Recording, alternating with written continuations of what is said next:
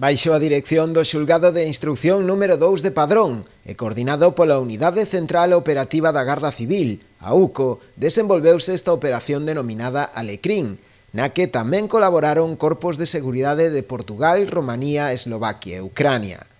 O operativo permitiu desartellar a unha organización criminal internacional dedicada á produción ilícita de tabaco e á súa distribución, así como tamén ao branqueo de capitais. Segundo informaron fontes do propio Instituto Armado, detivéronse a un total de 29 persoas e interviñéronse máis de 2 millóns de euros en efectivo, así como tamén unhas 51 toneladas de folla de tabaco e ao redor de 2 millóns de paquetes de tabaco cun valor de preto dos 10 millóns de euros. Tamén se interviñeron varios vehículos lixeiros e pesados, armas de fogo e diversa maquinaria para a fabricación dos cigarros, polo que a fraude estimada en impostos podería ascender a máis de 10 millóns de euros. O Xulgado de Padrón decretou prisión sen fianza para 9 dos 29 detidos, procedendo ademais ao bloqueo dos activos que estarían presuntamente adquiridos ou vinculados á actividade ilícita.